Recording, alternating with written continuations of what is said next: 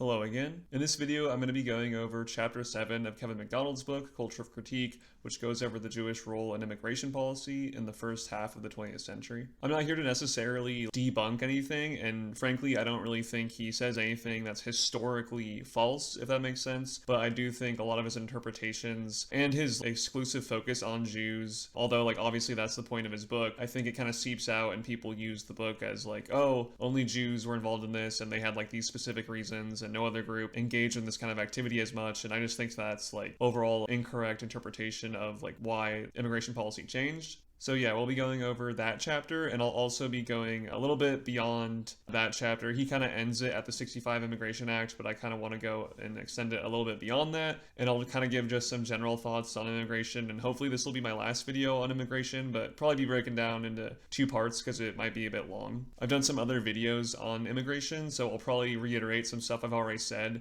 and I'll probably bring up people that have touched upon certain themes or certain ideas that I'll just briefly bring up, and I can cite them or just put their stuff in the description. And just to give the overall theme and context of the chapter is basically Macdonald is arguing that Jews pushed liberal immigration policies and pluralism and multiculturalism on Gentiles in the US while having a essentially multiculturalism for thee, not for me kind of attitude, and wanted to keep Jews a homogeneous and ethnocentric group while not really having that same standard for others. And just the historical context of the chapter, it's basically the first half of the 20th century, more or less, from the Johnson-Reed Act to the McCarran-Walter Act to the 65 Immigration Act. And quick note, most of these immigration laws have to do with the quota system and the percentages of how many people should be let into the country. And most of the arguments and debates that people were having was basically over Southern and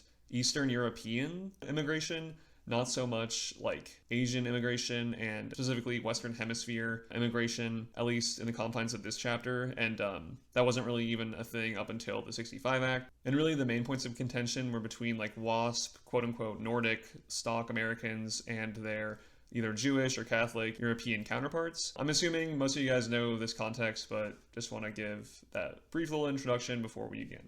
Kmac brings up two main reasons why Jews pushed this liberal immigration policy. First, just being to help out Jewish refugees from Eastern Europe and generally Jews in Southern and Eastern Europe who would be affected by the 1924 Act and the quota system. And the second reason being that Jews wanted to make the US a heterogeneous society so that Jews would be one minority among many, so that there wouldn't be this targeted anti-Semitism and Jews being the main minority group that stuck out like a sore thumb. The first reasoning that he uses, I think, is pretty apt. It makes a lot of sense. And even some of the restrictionist activity was sometimes marketed as kind of an anti-Jewish, or at least seen as anti-Jewish. So Jews kind of responding to that made, pretty direct Occam's razor kind of sense.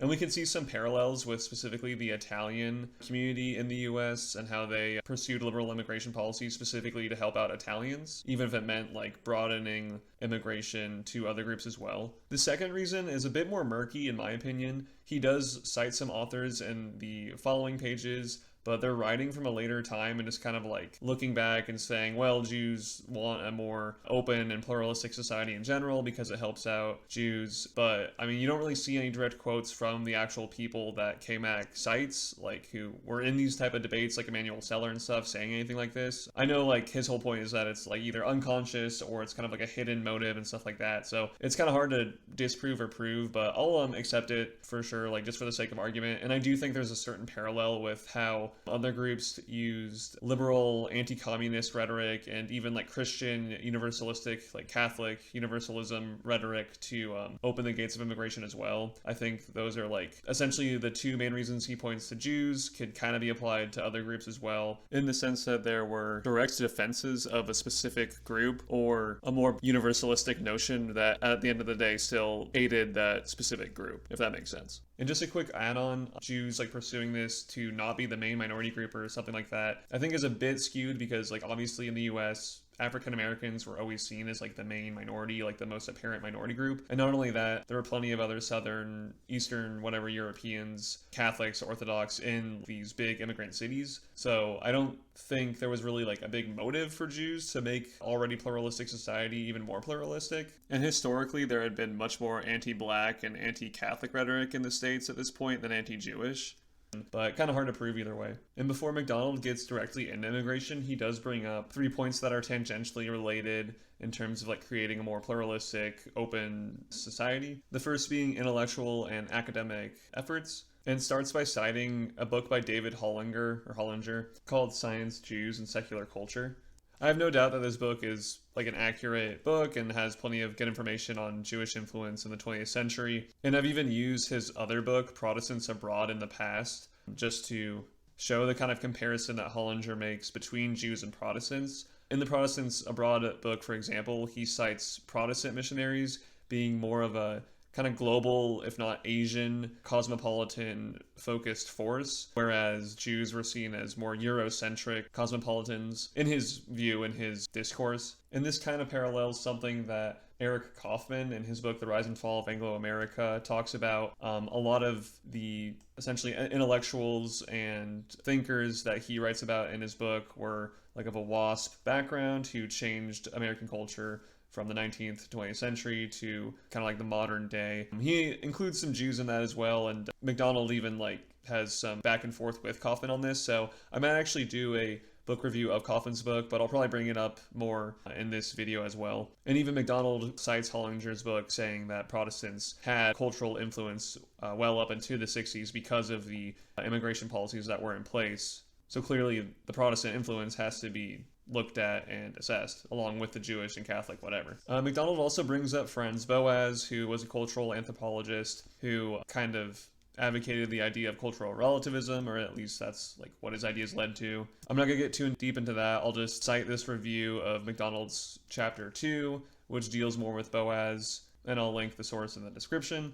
And then Kmac goes on to talk about Horace Callan and his polycentric ideal or model for the American culture, American ethnoculture, however you want to put it, and kind of suggests that Callan wanted WASPs to be a liberal, open-minded, pluralistic factor or what have you in the US culture, and that Jews would be the like keep their traditions and be ethnocentric. I'm not like a big scholar of this guy or anything, but at least in Kaufman's book, he shows 2 models of this kind of cultural landscape, whatever. And he shows Horace Callan's symmetrical pluralism, kind of suggesting that each ethnic group in America at the time would have its own slice of the pie, if you will, and that no culture would be like the dominant culture, but it's not as if any culture would be deracinated or anything like that. Like every culture would keep on to its traditions. Whereas Randolph Bourne, who was a Gentile student of Horace Callan, had the model that Macdonald is more talking about, where WASPs or Anglo-Saxons would be the cosmopolitans and other ethnic groups would keep their traditions. This is kind of a consistent thing that Macdonald does, is that he like takes a Jewish person and then uses their students later on who may or may not be Gentile and oftentimes are Gentile to kind of like pin the blame on the Jewish person. I don't know if he's doing that here. Maybe he just misunderstands Callan's model, or maybe I'm misunderstanding something, but I think it's like pretty clear, at least from what I read in Kaufman's book, that Callan wasn't this like Jewish supremacist guy or anything, and like he was just looking at the state of the US society at his time and saw all these different ethnic groups and said, okay, well, no one needs to be on top and no one needs to like totally demolish their own culture and traditions. It seems to be just working with the facts on the ground, as it were. And then another thing he also does is kind of just like denigrate certain Gentiles, or at least like say like, oh, they were just like not that important, or were really just beholden to Jews or something like that. He says this about John Dewey. I'm not gonna get too deep into that, but John Dewey was like a pretty well-known like liberal cosmopolitan thinker of his time, and Nathan Cofnas in his reply to Macdonald talks about how denigrating Dewey is kind of like dishonest or just like not really being accurate at the least. So you guys can check that out if you want. And lastly, before moving on to the next point, he brings up how Jews were opposed to the Nordic racial theories that were around at this time, derived from people like Madison Grant. Even though he says that a lot of the immigration debates weren't actually, at least from the restrictionist side, didn't actually use Nordic racial science to back them up. So I don't know why he's even really bringing up the Jewish response to Nordic racial science.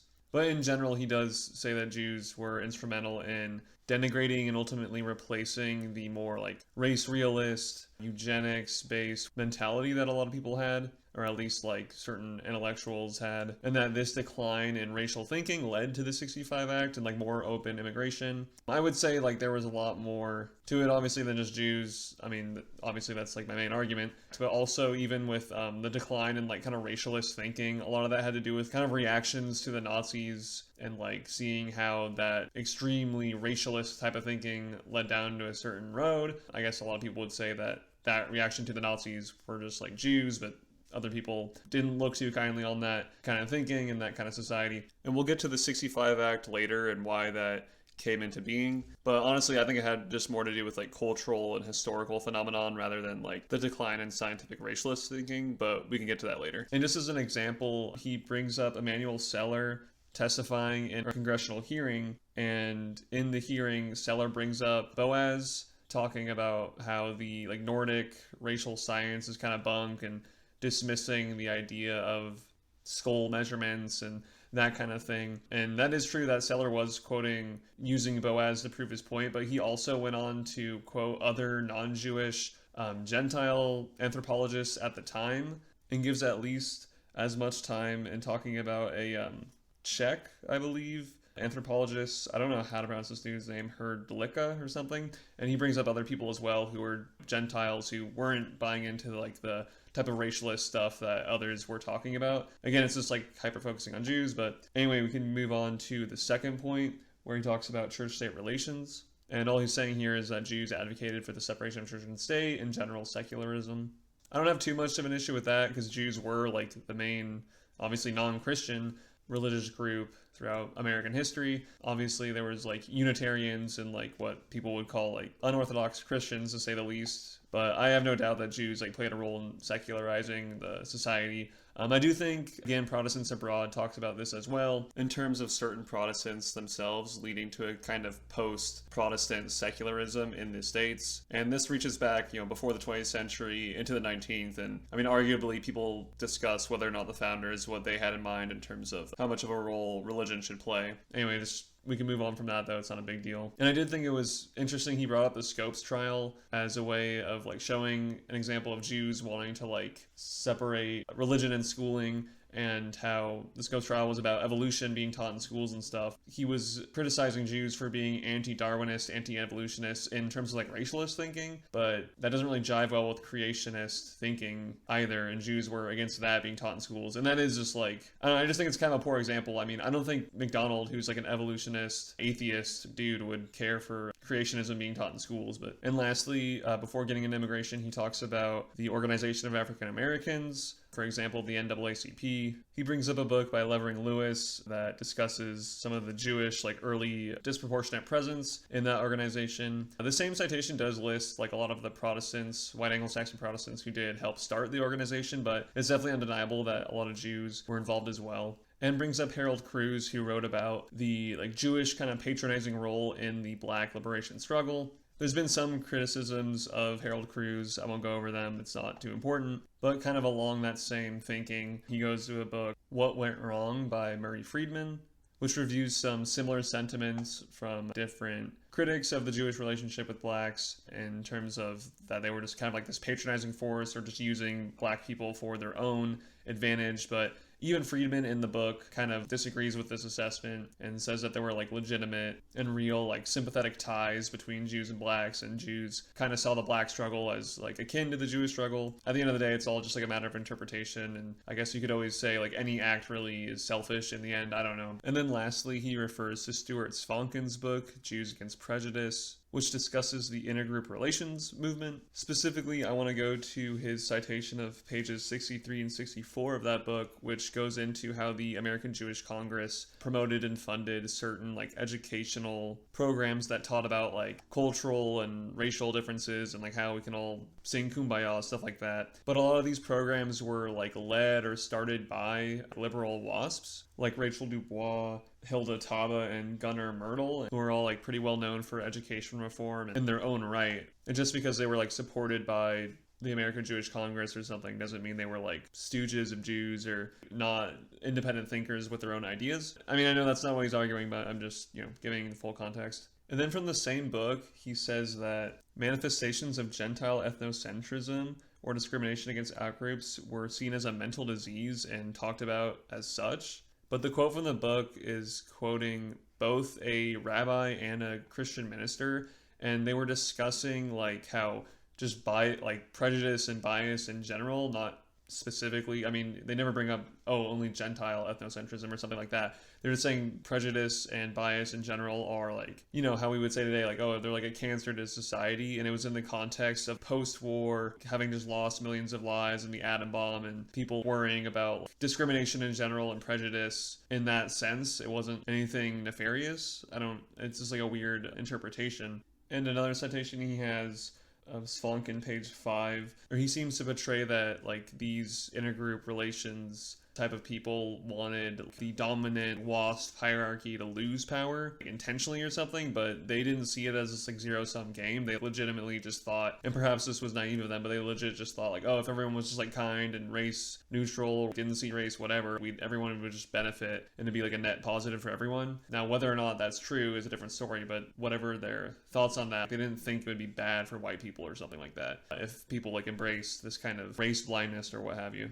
And lastly, he says that the AJC fought against Jewish assimilation while not wanting white ethnocentrism, white Gentile ethnocentrism. But that's a little bit misleading because the Congress, they wanted Jews to kind of identify as Jews through their liberalism. They didn't care so much about the ethnic or religious component. They just thought, this is like a way Jews can remain a community. They can ID themselves through liberalism. I wouldn't really say that's like ethnocentrism. I mean, it's still kind of like holding on to this community label, but I just wouldn't really compare it to white nationalism or Nordic supremacism or something like that. I just think like there's a lot of uncharitable takes and interpretations of people who just were dealing with the issues in their day, and none of them had like a really nefarious or contradictory or multiculturalism for thee, not for me kind of outlook. I don't think that's just not like really the point to emphasis, I would say. But anyway, we can finally move on to the main topic, which is immigration. And just to reiterate, I'm just going to be going over points of disagreement I had. I'm not going to cover the whole chapter, every single thing, because a lot of it I just didn't even have like much of an issue with. Just going over points of disagreement, and I do recommend people read the chapter, read the book, whatever, but anyway. So in this section, he's going over immigration policy from like the late 19th century up until 1924 Quota Act. He begins with a quote from a dissertation by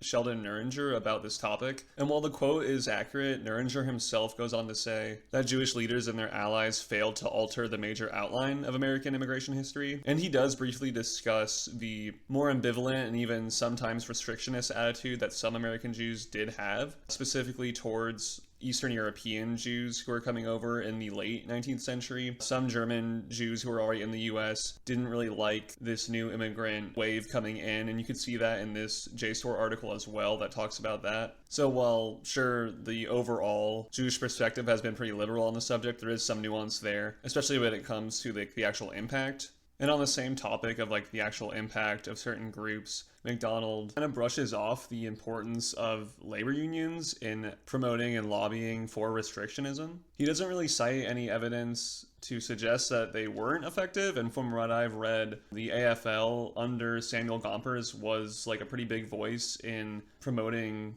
the 1924 Act and other restrictionist activity. And Gompers was a Jewish guy who led the American Federation of Labor, the biggest trade union at the time, which later went on to become the AFL-CIO. And that labor union only started to be more pro-immigration after his departure and death. So I'm not sure if Macdonald is just like sweeping that under the rug to like not acknowledge that at least there was one like pretty prominent Jewish figure who was restrictionist in outlook. And then Macdonald goes on to say that Catholics and Irish and other ethnic groups were more divided and ambivalent and not as organized when it came to promoting liberal immigration policies, and just in general were not as pro-immigration as Jewish groups. I'm not too sure about Irish ethnic activism, like solely ethnic activism that wasn't associated with the Catholic Church And I'll be discussing Italians specifically later on, but I do think that the Catholic Church was like overall pretty pro-immigration and anti-restrictionism.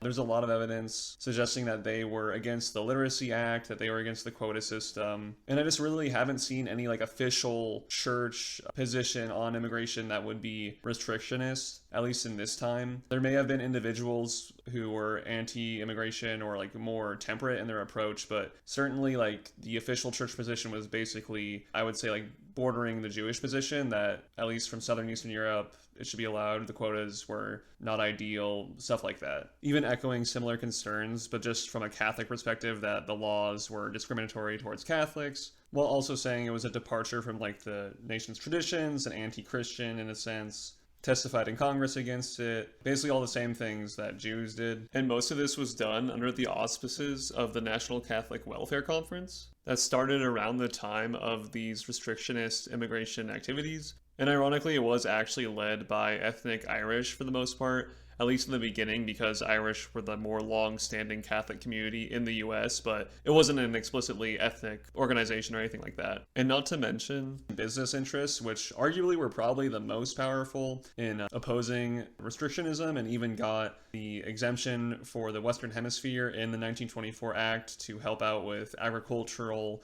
labor in the Southwest. And that's something I'll be talking about later on, probably in part 2 of this video. Somewhat related, he uses Judith Goldstein's book, The Politics of Ethnic Pressure, to show that Jews tried to reach out to other groups to get them on board with this pro-immigration stuff, but they didn't really succeed, quoting that it was very difficult to get any people except the Jews stirred up in this fight, from a worker at the AJ Congress. But even this same person said that many Jews themselves were not as antagonistic to immigration restrictionism as they should be, suggesting that many Jews didn't even really care. So it could have just been like some dejected person not finding much success at the time. So I wouldn't really use this as like a large sweeping proof of anything really. And real quickly, do want to cover Macdonald's opinion of Israel Zangwill, who was the Jewish playwright who wrote the Melting Pot play. Macdonald kind of portrays him as this ardent Zionist, anti-Gentile type of person, which would be hypocritical considering his stance on the play and like having an open immigration view. But at best, his views were pretty nuanced. He wasn't really like a traditional Zionist, and he did end up marrying a Gentile woman. So I don't know if he was really like the best example of someone who's like some ethnic supremacist, ethnic Jewish supremacist. And I know Macdonald doesn't necessarily use that language, but that's kind of what he seems to imply at times. And on pages 263 and 265, Macdonald gives more evidence that not only did Jews see this legislation as anti-Jewish, but non-Jews as well, which would in my mind be pretty simple to explain why so many Jews were against this kind of legislation, and not the more nefarious reasoning to turn the US into some like multi-culti hellscape where Jews would be protected, quote unquote, as just one other minority. And just getting into some specific people he quotes to help bolster his points. On page 264, he uses testimonies in congressional debates from both Lewis Marshall, the head of the AJC at the time, and Rabbi Stephen Wise, and cites Marshall saying that we have room in this country for 10 times the population we have, and that the only people who should be limited were people who were like physically, mentally unfit, or like a danger to the public. And essentially, Macdonald is implying that he thinks everyone from like any country in the world at the time should be allowed to come in. But given the context of the hearing, if you go back in the same record, basically all Marshall is talking about is the census and quota system that he's disagreeing with in terms of the law, and for the most part is arguing how it would affect Europeans. He doesn't mention like any other non-European groups. And when asked about his opinions on immigration law, he basically just says that the status quo should be kept where there's no quota system. And the status quo of this time was actually essentially a European-only immigration system anyway. The so-called Asiatic countries were already barred from the act in 1917. Which is commonly known as the Literacy Act because it imposed a literacy test on would-be immigrants.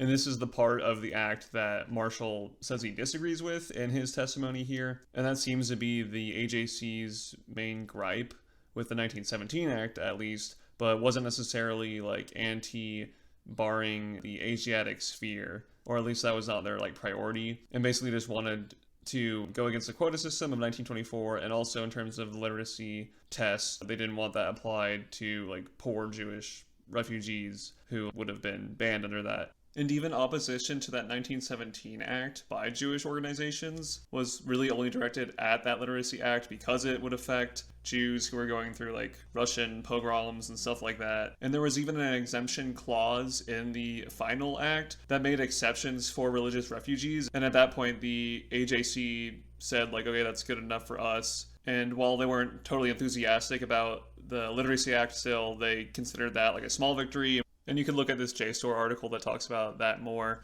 But I think overall their focus was pretty narrow in that regard. And they really didn't think too much about the Asiatic ban one way or another. And regardless, both acts passed anyway. But that's like the context of what he's talking about. And not implying that like a bunch of people from like every country should come over. That wasn't even on anyone's minds at the time, really. It was all essentially Euro-centric, Euro-based. And Stephen Wise even explicitly says that he's not advocating for the, quote, Asiatics, and essentially is agreeing with Marshall that he just wants to keep the status quo of 1917. And really, all this stuff just needs to be taken into context, and if you look through the records, they're basically just talking about Europeans. Like, they really don't mention anyone else. And there are even direct quotes from other Jewish leaders at the time that reflect this sentiment, like from Adolf Sabath and William Edlin, seen here. And lastly, he goes on to talk about how Jewish opposition to mixed marriage at the time was an indication that they were ethnocentric. It's hard to sometimes differentiate between being like traditionally religious and not wanting interreligious marriage, which basically at the time no traditional religious person would marry someone of a different faith, including like Catholics and Protestants with each other.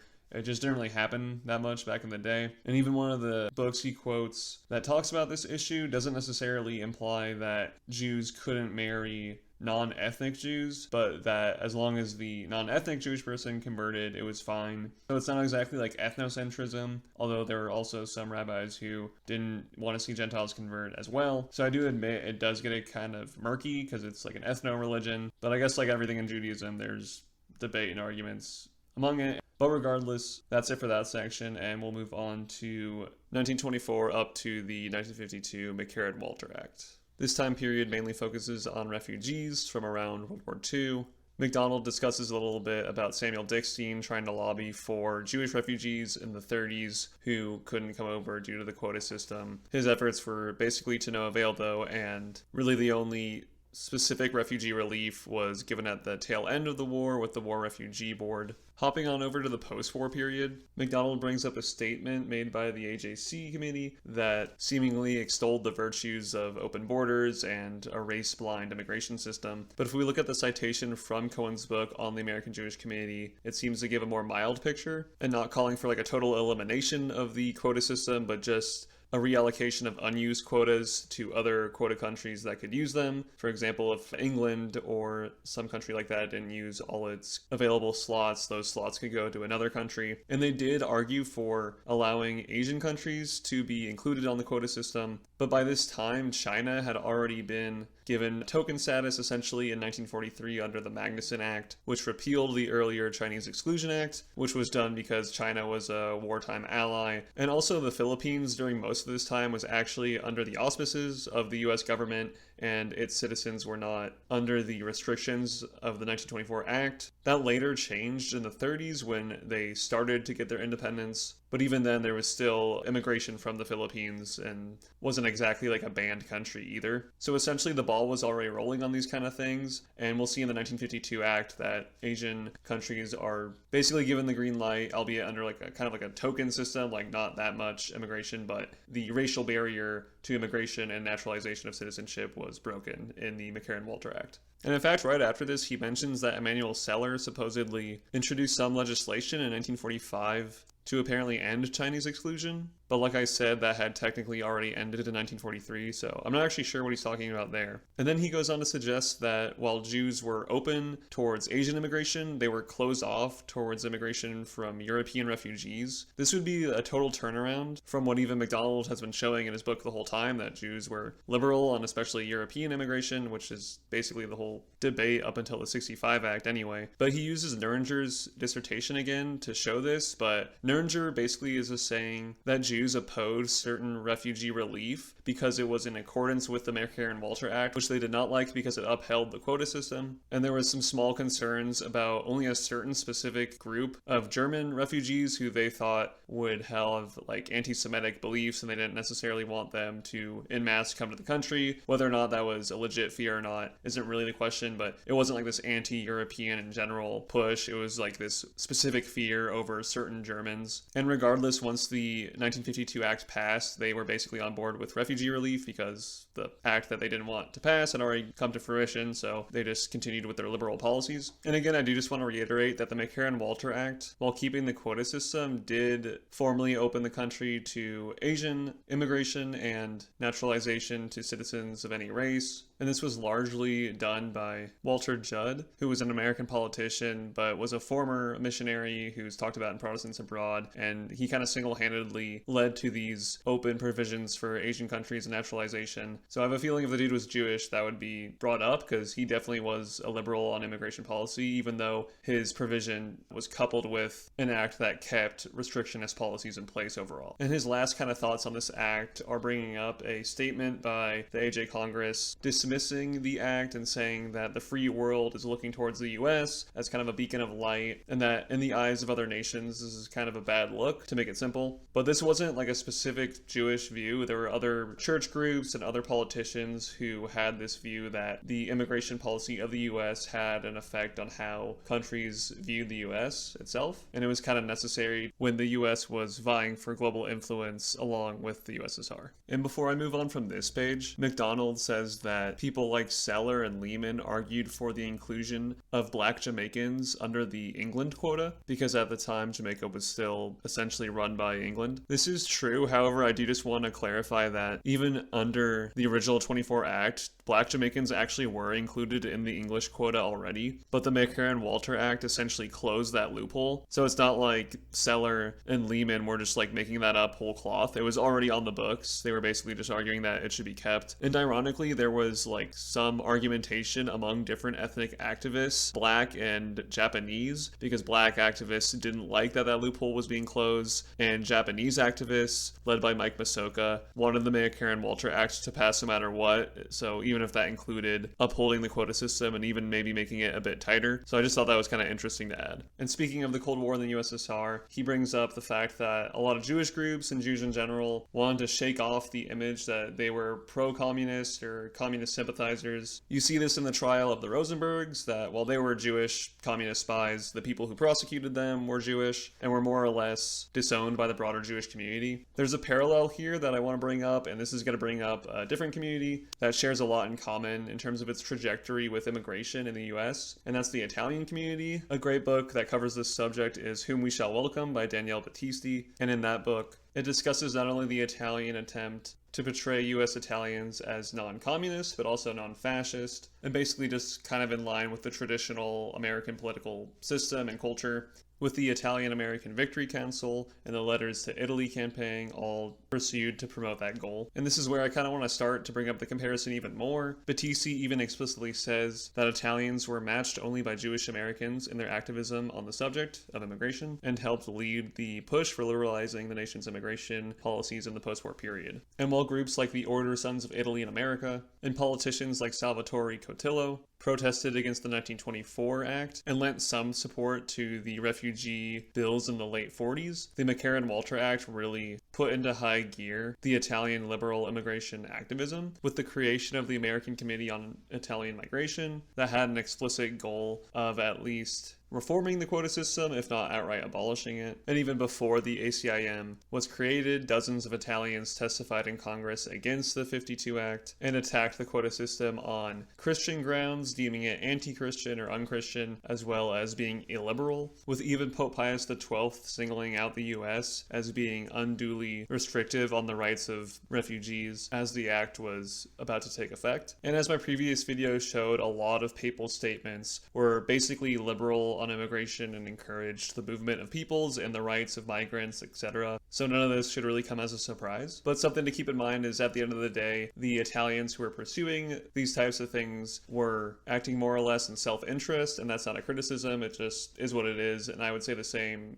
as Jewish people were doing. As I stated in the beginning, that there was kind of like this two-sided reasoning why certain groups pursued liberal immigration policies. But at the end of the day, people are going to be more self-interested. That's just how groups operate. And the last thing I'll say about this subject for now is that, akin to how some Jewish leaders were pursuing refugee policy in the late 40s, Italians kind of took the lead with the Refugee Relief Act in 1953, which actually heavily favored Italians. And we'll see in the next section that the two activist communities, among a plethora of others, definitely led to the 65 Act. And that's when things really started to get going in terms of opening up the borders. But before going into that, the last part of this section, Macdonald brings up President Truman's Commission on Immigration and Naturalization, which was a group of scholars, some Jews, who kind of reviewed and assessed the current immigration system that the U.S. had around the time of the McCarran-Walter Act, and basically came to the conclusion that the origin quota system wasn't really working in its original purpose, at least in terms of a lot of countries, or not a lot, but some countries like the northwestern countries weren't using their full quota allotments, while many countries were bypassing the quota system anyway, such as the southern European, Eastern European countries that either utilize special bills or allotments or refugee status to bypass the quota system. Or even something that I thought was interesting is the role of students immigrating from certain countries, specifically Asian countries that were barred or up until the Walter Act, but after that still only had token status. But thousands of students came and worked and did like postgraduate studies and stayed because they were high-skilled labor, more or less. And you can read more about that in the book The Good Immigrants. And to really top it off, 40% of all immigration pre-1965 was from the Western Hemisphere, which, as I've said before, had no barrier under the 24 Act, mainly agricultural labor and stuff like that. But regardless, the whole point is to say that the Commission under Truman, while they did believe in like a race-blind immigration system, they weren't necessarily wrong in their assessment of the quota system, that it was certainly being bypassed. And their suggestion to do a kind of universal race-blind quota system that focused more on like skills-based could in a sense just be a better way to do already existing immigration at their time. And they by no means necessarily wanted to like radically overturn the racial makeup or anything like that. And we'll see this argument again around the 65 Act, but just saying it now to show that the commission wasn't some like anti-white thing or anything like that. And just as an aside, there were earlier publications and political figures who were also pressing for immigration reform and the end to the quota system. And it seems that at least a few presidents agreed with this kind of sentiment as well previously, so it's not like it was a new thing that the commission came up with or anything, totally on their own. And the last thing he talks about before going on to the next section that I at least want to look at is his look at the congressional debates going on about the 52 Act, and he includes all these Jewish orgs that were present in opposing the bill, which is accurate. But even in that same citation, it talks about plenty of other groups who opposed the bill who were non-Jewish, Christian groups mainly. And it's kind of funny because on the same page, he refers to Emanuel Seller talking about Francis Walter overemphasized the role of only one group, that being Jews, in opposition to the bill, which is something the American Jewish Committee itself even echoes in its annual report around this time, in which it states that Christian groups, both Catholic and Protestant, were opposed to the new immigration law, but this was made light of, if not completely ignored. So it's kind of funny. I think even back then, people just kind of naturally are going to notice Jews more because they're like, even Kmac was saying, if you're like the main minority, you're going to stick out. So probably in these congressional debates, they were the main minority. And obviously it's not too hard to like latch onto Jews as being subversive or whatever. But clearly, at the very least, other religious groups were not super hardcore restrictionists and more or less pro-immigration. And with that being said, we could go to the last section that he covers on U.S. immigration leading up to the 65 immigration bill.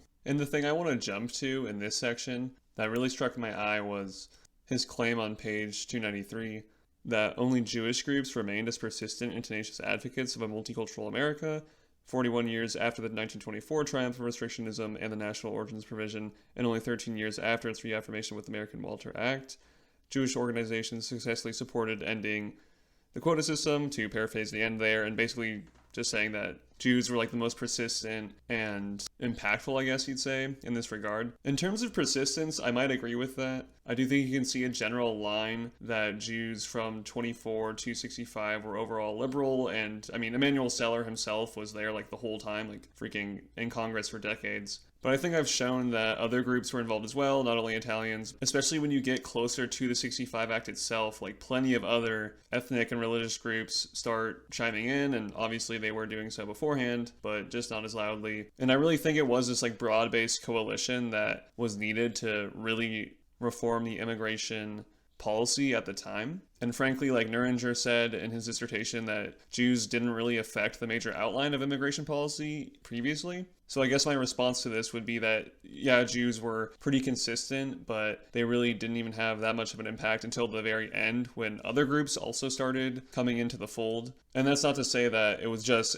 immigration advocates from like certain ethnic and religious groups that caused this change anyway. There's just like societal change in general that I'll get to. But just like there are people like Emanuel Seller, there's obviously Philip Hart. The Kennedys in general were a pretty liberal family, like a liberal powerhouse kind of dynasty. Lyndon Johnson, like none of these people were stooges of Seller or anything like that. It was a consensus thing. And Macdonald covers a lot of Jewish people who were testifying in Congress to reform these laws, but plenty of people from like the National Catholic Welfare Council, ACIM, National Council of Churches, and various other ethnic groups, or spokespeople for other ethnic groups, testified as well in the 89th Congress preceding the passage of the act. And I think even without the activism of these groups, there were just certain cultural and historical things going on that kind of lent itself to the passage of a more broad liberal immigration policy. For instance, the Civil Rights Act was passed, which could have its own video in and of itself, kind of a similar video. I'm sure people blame that on the Jews as well, but regardless, when that passed, it kind of set in motion a certain momentum that would affect liberal immigration policy. Like I said previously, there was a concern that our immigration laws needed to reach out to countries that otherwise could be pulled under the influence of the USSR and the communist bloc. Even polling data at the time suggested that a majority of Americans wanted to end the quota system, but at the same time decrease immigration overall, so kind of a weird dichotomy there, but it was more just like, we don't really care where people are from, just the quantity of people, as well as what I've previously kind of alluded to, that a lot of people thought the quota system was a failure anyway, due to the vast amount of people who were coming in as refugees and other forms of immigration that were not counted as quota numbers or allotments. Even restrictionists and anti-immigration politicians started to see this and thought that they could reform the system as well. And by 1960, 2/3 of immigrants who entered the US were not under a quota, so clearly the majority of people were, it just wasn't working, like just practically. And the refugee policy was even seen by many liberals as a direct attack and a sort of a bypass on the quota system, so it was done almost directly to assault the current law. And this was most exemplified under the short-lived leadership of the Refugee Relief Program led by Edward Corsi, and under his leadership, he attempted to further liberalize the refugee program, which upset a lot of conservatives like Walter, who eventually had him ousted, but the whole thing became kind of a media scandal, which just added fuel to the fire and gave more and lent more support to refugees as a whole. And Kennedy himself initially campaigned on reforming these laws and gave a speech to an ACIM convention saying as much in 1963. And this year in particular was pretty filled with a lot of statements and actions against the quota systems. For instance, in Chicago, there was an immigration rally that was co-sponsored by the NCWC and ACIM, where the God-given right to migrate was extolled over the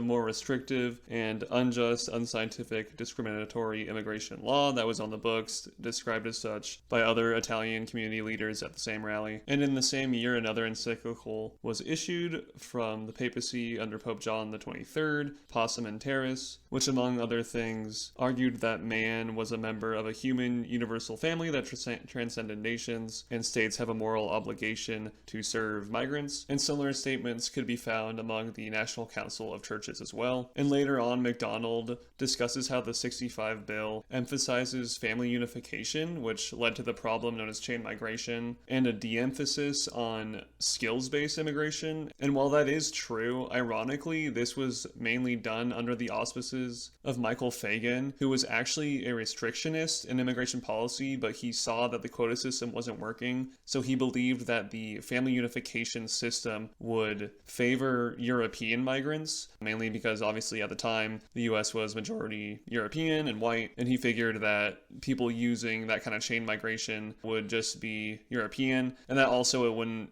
be abused to the extent that it later turned out to be. And initially the Hart-Celler bill actually did emphasize skills-based and didn't have as much of an emphasis on family unification. And not only that, but family unification was already something that had been done in more limited capacities with the War Brides Act, and more recently in 1957, which was an addendum to the 1953 Refugee Act, which basically just allowed for family members of previously settled refugees to come aboard. So all this to say that this kind of stuff was already in the air. And the last thing I'll touch on is page 296, where Macdonald says that the law is having its effect that it seems reasonable to suppose had been intended by its Jewish advocates all along, which is the European-derived peoples will no longer be a majority in 2050. I have a couple things to say about that in response. Firstly, I find it interesting that he says European-derived people because, as I've kind of shown, and he's even kind of basically talked about, is that most of the immigration laws that were under discussion were regarding European-derived people, like the 24 Act and the 52 Act. Those were all efforts to limit the amount of European-derived people, in a sense, just from different parts of Europe. So if anything, the Jewish liberalizing advocation in the early part of the first half of the 20th century was a way to get more Europeans here, just not Nordic Europeans. And the idea that people knew this was somehow going to happen with the 65 law, whether one was Jewish or not, like no one really had any idea what the effects of this law would be. And most people thought that ending the quota system would not result in like super heavy immigration. As Macdonald even notes, the 65 law put for the first time ever a cap on Western Hemisphere immigration and